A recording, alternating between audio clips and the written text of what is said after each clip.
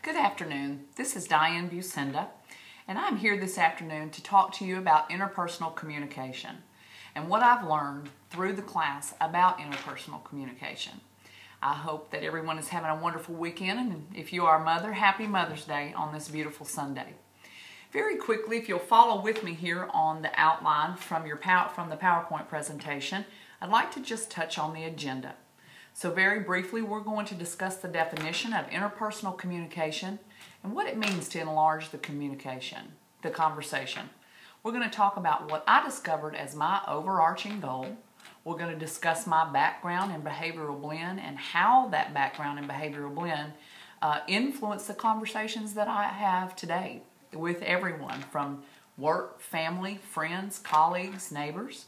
We're also going to touch briefly on the barriers that I discovered about my own interpersonal context and how to have come to some solutions when you're looking at noise pollution, which can be internal or external.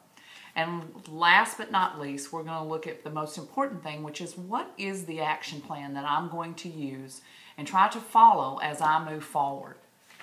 So if you'll follow with me here, and I promise I'm not going to kill you by PowerPoint presentation. I hope I can speak more to the slides than I can having you read them. So if you'll follow along with me, let's look first and foremost at the definition of interpersonal communication and what that means to enlarging the conversation. John Stewart states it very well in his book, Bridges Without Walls, that interpersonal communication is a type of communication that happens when people involved talk and listen in ways that maximize the presence of the personal. He states that at its simplest form, it is the opposite of impersonal communication.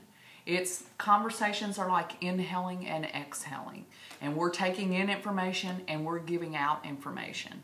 And all of that is based on our beliefs, our values, how we grew up, the experiences that we've had in life, and how all of those things combine together to create who we are today and how we maneuver in a relationship and what roles we take on. When you're talking about enlarging the conversation, the best definition I came to was by an author who happens to be a life coach, and her last name is Reynolds Mead. And she basically put it this way: communication has the ingredients such as empathetic listening and nonverbal cues, having self-disclosure, and most importantly, that in our conversations, if we're trying to enlarge them, we are living our lives in a way that is very genuine and an authentic state, which means our conversations need to be genuine and authentic. If you'll follow me to the next slide, we're going to talk about what my overarching goal is. My overarching goal is that I have to continue to work on my listening skills. That came out loud and clear through this class to me. And I really thought I was a good listener, so this was quite an eye-opener for me, and one that I very much appreciate I have learned. And what I mean by that, probably the biggest overarching goal for me that I'm going to have to work on is when I'm having a discussion with somebody else and they're talking, not to be listening to them in the way that I'm being judgmental or critical and trying to find, I'm rehearsing what I'm going to say back to them and formulating my response. And, I'm picking through there to go, what can I pick apart and give them what can I give them some advice on? So when you do that, unfortunately, Burley Allen tells us that we're working in an area called I'm okay, but you're not. If I'm trying to fix those conversations, and instead of truly, deeply listening to those folks, I am picking that conversation apart and looking at my own agenda, then I'm saying to them, I'm okay because I'm going to pick this apart and give you some advice, but you're really not. And I will tell you that as a Christian woman, that is not really the message I want to convey to those that I am speaking with. So as we move forward, what ingredients contribute to that overarching goal and the one that I feel like I have to work on? Well, let's take a brief look at my background. I came from a two-parent loving family, but I grew up as a single mother of two children. I was single when my children were very young. So all of their lives, I've juggled raising my children and having 2 jobs, at sometimes 3 jobs, and you know, just really having set up a very task-oriented situation, whether I wanted to or not. I was a business owner. I homeschooled my children. I'm very independent, strong-willed, and competitive. And my behavioral blend would also lead me to believe that part of that, and the way I look at conversations, is based not only on my background, but I am very task-oriented. I'm very achievement-oriented, but I'm also a perfectionist, and I get a lot of pleasure out of completing tasks on my own. I don't necessarily have to make the most money or be the most popular, but I like that sense of accomplishment. So I like to take on those personal projects where I can come away and have something that I've done that I really feel good about. And because of that, and I've done a lot of it on my own, I think it lends me to going back to my overarching goal that I tend to be judgmental, to think, if I can do it, anybody can do it, which is really not fair to the person I'm in a conversation with, right? So as we continue, let's look at some of the positive and negative influences on my conversations. When you're a person who wants to get things done in a timely manner, which can be very good, I have a passion to serve, and I really want to gain knowledge and wisdom. I am a very loyal person.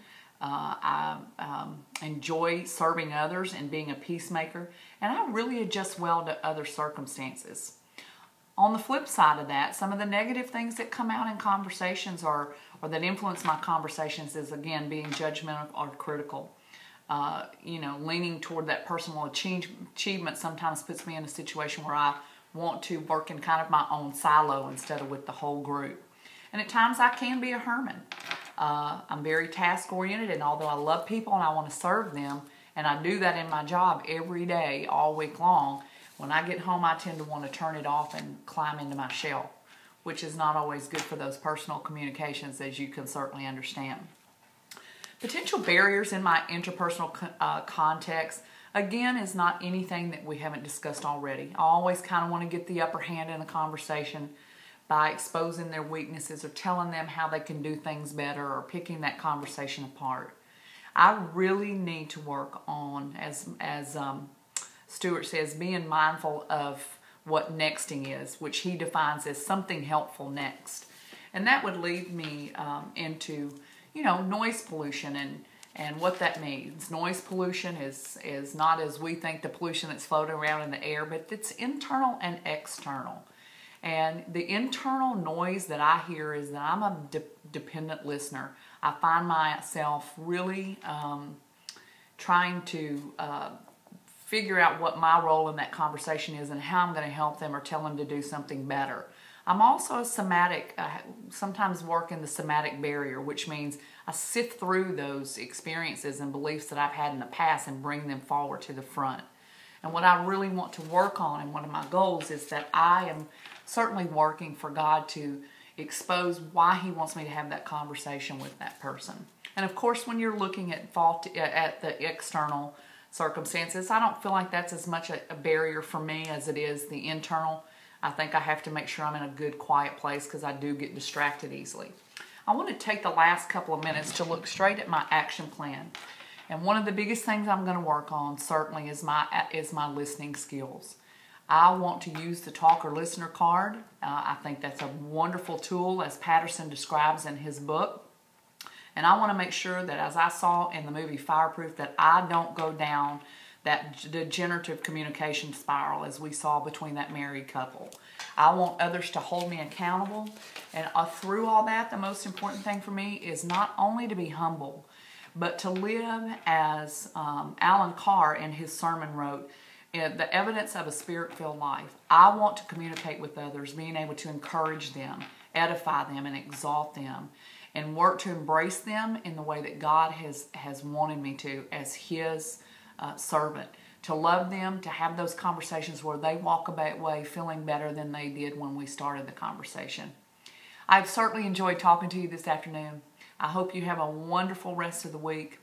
I have thoroughly enjoyed this class and would recommend it to anybody and everyone. I think outside of a college degree, this would be a wonderful class for everyone to take, to learn to have better interpersonal communication and enlarge their own conversations.